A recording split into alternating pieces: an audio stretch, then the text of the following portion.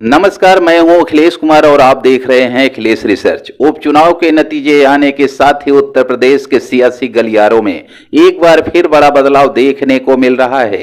एक तरफ लोकसभा चुनाव में जीत का झंडा लहराने के बाद से हाईली कॉन्फिडेंस चल रही समाजवादी पार्टी को सिर्फ 2 सीटों पर जीत हासिल हुई, तो वहीं इसी लोकसभा चुनाव में अयोध्या के साथ साथ कई सीटों पर एकदम चौंका देने वाली हार का स्वाद चखने के बाद ये लोग चुनाव को प्रतिष्ठा का सवाल मानकर मैदान में उतरी बीजेपी खुद 6 सीटें जीतकर और अपने सहयोगी आरएलडी की जीती हुई 1 सीट के साथ एक बार फिर पावर जोर में है। हालांकि अखिलेश यादव के समाजवादी पार्टी की हार के साथ साथ 2 और ऐसे बड़े सियासी धुरंधर हैं जिनको मिली हार की चर्चा इस वक्त हर तरफ है, और वो है नगीना सांसद चंद्रशेखर आजाद और बसपा सुप्रीमो मायावती।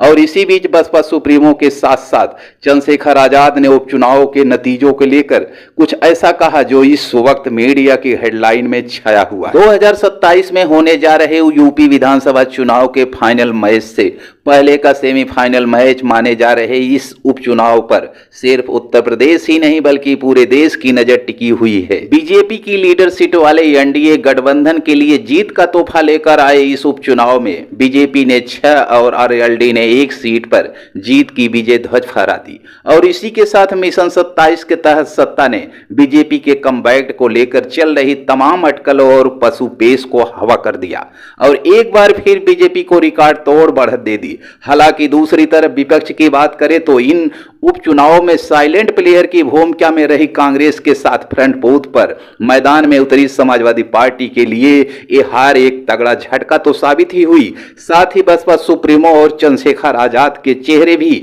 इस हार ने उतार दिए। ऐसे में उपचुनाव के रिजल्ट आते ही जहां चंद्रशेखर आजाद ने एक बड़ा बयान दिया है तो वहीं दूसरी तरफ बसपा सुप्रीमो ने भी बड़ा ऐलान कर दिया है। तो चलिए सिलसिलेवार तरीके से जानते हैं कि आखिर क्या कुछ कहा चंद्रशेखर आजाद और बसपा सुप्रीमो मायावती ने।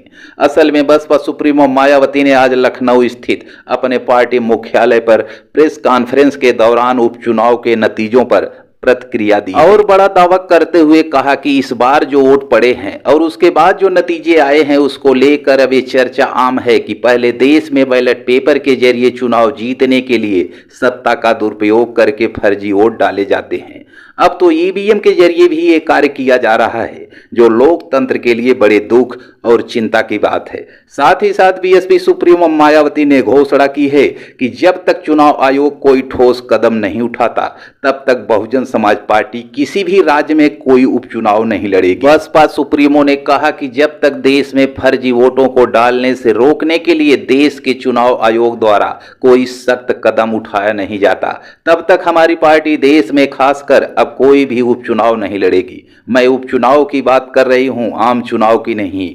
आम चुनाव में इस मामले में थोड़ा बचाव जरूरी हो जाता है क्योंकि सरकारी मशीनरी का सत्ता परिवर्तन के डर की वजह से जब जनरल इलेक्शन होता है तो पार्टी पावर में होती है। जरूरी नहीं कि वह पार्टी पावर में फिर से आ जाए, दूसरी पार्टी फिर आ सकती है तो फिर सरकारी मशीनरी थोड़ा घबराती है। उपचुनाव में ऐसा नहीं होता है। यानी कि बसपा सुप्रीमो मायावती का साफ तौर पर एक बार फिर पहले की तरह ही उपचुनाव से मोहभंग हो चुका है। हालांकि वो आम चुनाव को लेकर क्लियर है कि बसपा आगे आम चुनाव में भी पहले की तरह ही दम भरेगी। तो वहीं बसपा सुप्रीमो ने अपनी प्रेस कॉन्फ्रेंस के दौरान इशारों में आजाद समाज पार्टी के अध्यक्ष चंद्रशेखर आजाद पर हमला करते हुए कहा कि सभी दल बसपा को रोकने के लिए काम कर रहे हैं। बसपा सुप्रीमो मायावती ने दलित वोटर्स से अपील करते हुए कहा कि इन छोटे दलों को वोट नहीं दें, यह सभी पार्टियां दूसरे दलों की ओर से बनाई गई हैं, यह सब कुछ बसपा को पीछे करने के लिए किया जा रहा है जिससे कि दलित कभी आगे न बढ़ पाए। 9 सीटों पर हुए उपचुनाव में काफी कुछ देखने को मिला। ऐसी पार्टी को वोट नहीं दे जो बिकाऊ हो। उन्होंने आगे कहा केवल बीएसपी को वोट दीजिए। साल 2007 में भी सभी दलों ने हमें रोकने का काम किया। दलित समाज के कुछ बिकाऊ लोगों ने इनके सहयोग से पार्टी बनाई। मायावती ने चंद्रशेखर पर निशाना साधते हुए कहा ये लोग वोटरों के जरिए 1-2 सीट जिता भी देते हैं, हेलीकॉप्टर से लेकर बड़ी बड़ी गाड़ियों में घूमने का काम करते। हालांकि बीएसपी भारत के हाशिए पर पड़े समुदायों को उम्मीद देती है, उनके अधिकारों की वकालत करती है और देश के राजनीतिक परिदृश्य में उनके प्रतिनिधित्व के लिए प्रयास करती है। मायावती एक दिग्गज नेता हैं जो काशीराम की विरासत को अटूट समर्पण के साथ आगे बढ़ाती हैं। आज बीएसपी को बड़े विरोध और आलोचना का सामना करना पड़ रहा है। हालांकि यह यात्रा बाधाओं के बिना नहीं रही। आगे सोचना आपका काम है। जय भीम, नमो बुद्धाय।